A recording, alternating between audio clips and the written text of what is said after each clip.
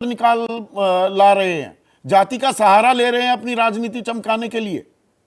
समाज में और ज्यादा संदीप जो डिविजन्स हैं उसको बढ़ाएंगे, आप तकरार की स्थिति पैदा करेंगे। संदीप जी, मैं आपकी डिबेट को शुरुआत से सुन रहा हूं। सबसे पहले जितने भी पैनलिस्ट हैं मैं उन सबको प्रणाम नमस्कार। मैं एक बात मैं कहता हूं, एक विचार होता है, वो जिस कालखंड में एक परिपक्व हो जाता है फिर उस विचार की को आप नजरअंदाज नहीं कर सकते। ये जो जातिगत जनगणना का मसला है, ये एक ऐसा विचार है जिसको देर सबेर आपको अग्री करना होगा। मैं आपको से मेरा ताल्लुक है कि जो पॉलिटिकल इस्टेब्लिशमेंट है, पॉलिटिकल पार्टीज हैं, मैं एक बात आपके समक्ष रखूं, इसको सियासत से जोड़ के नहीं देखूंगा। और ये मैं फॉर्मेलिटी में नहीं कह रहा हूं, पूरी गंभीरता से कह रहा हूं। चुनाव हारे जाएं या जीते जाएं, ये वैचारिकी खत्म नहीं होने वाली है।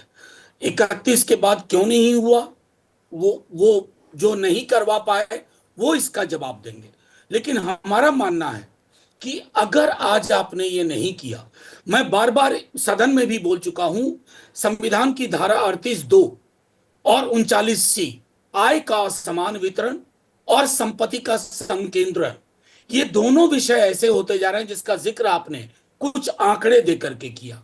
अब बिहार का जब हमने सर्वेक्षण किया जातिगत सामाजिक आर्थिक मैट्रिक्स के साथ, तो चौंकाने वाले नतीजे आए। 94 से 95 लाख परिवार बिलो पॉवर्टी लाइन।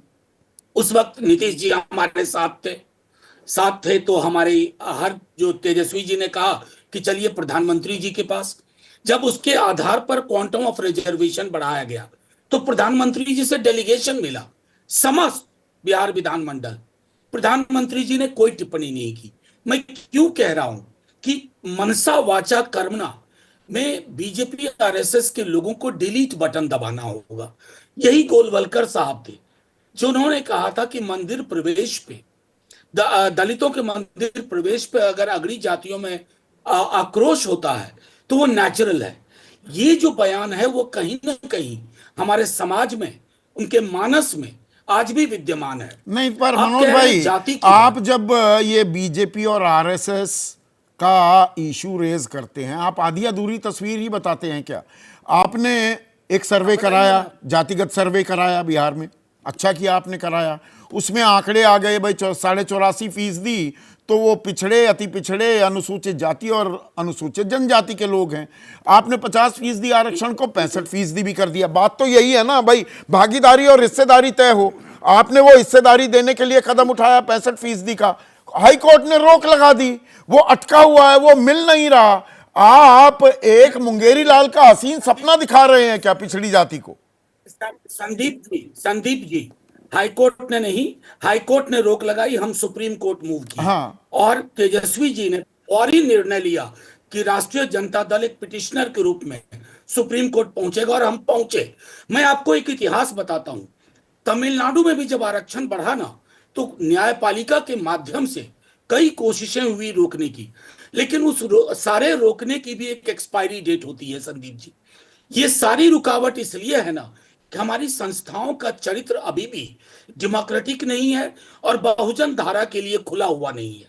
मैं सिर्फ हाथ जोड़ के इतना कहूंगा, ये Congress, RJD, BJP, left parties का मसला नहीं है, ये समाज का मसला है, प्रतिनिधित्व का मसला है।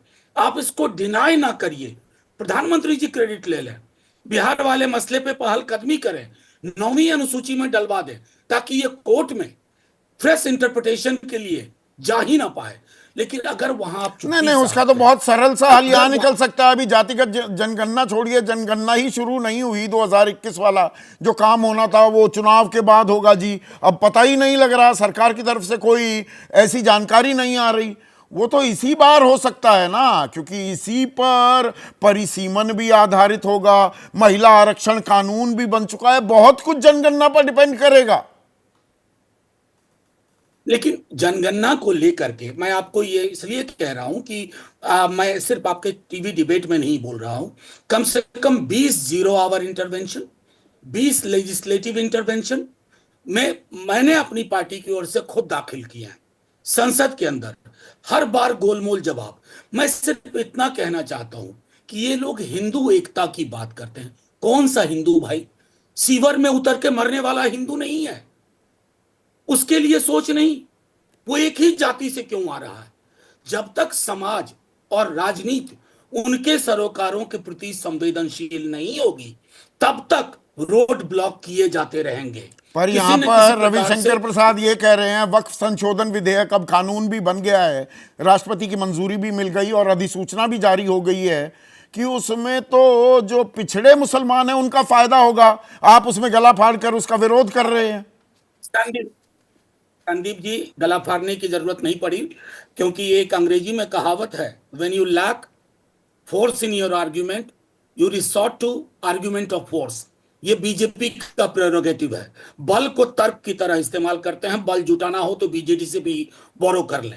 मैं सिर्फ इतना कहना चाहता हूं कि कई विधेयक जो संसद पास करती है वो न्यायपालिका में टिकेगा कि नहीं, या इतिहास उसको स्वीकार करेगा कि नहीं। किसान आंदोलन का हश्र हमने देखा है।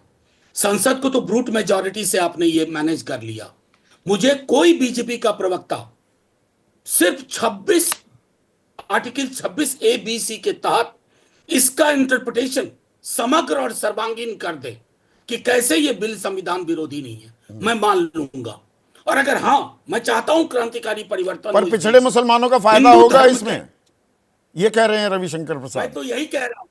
मैं कह रहा हूं कि ये तूफान लेके आए हैं। तूफान और जलजला जब आता है ना, पसमानदा घर पसमानदा नहीं देखता। बंटवारा इनके चरित्र में है। ये बांट नहीं पाएंगे। देश एकजुट है। तो और बांटने देश की उसी बात संदर्भ अगर में धर्म है। के आधार पर बांटा जा रहा है तो क्या जाति के आधार पर भी बांटा जा रहा है? बहुत बहुत शुक्रिया। मुझे मालूम है आप व्यस्त थे और थोड़ी घर में एक मेडिकल इमरजेंसी भी है, आपने वक्त निकाला, बहुत बहुत शुक्रिया।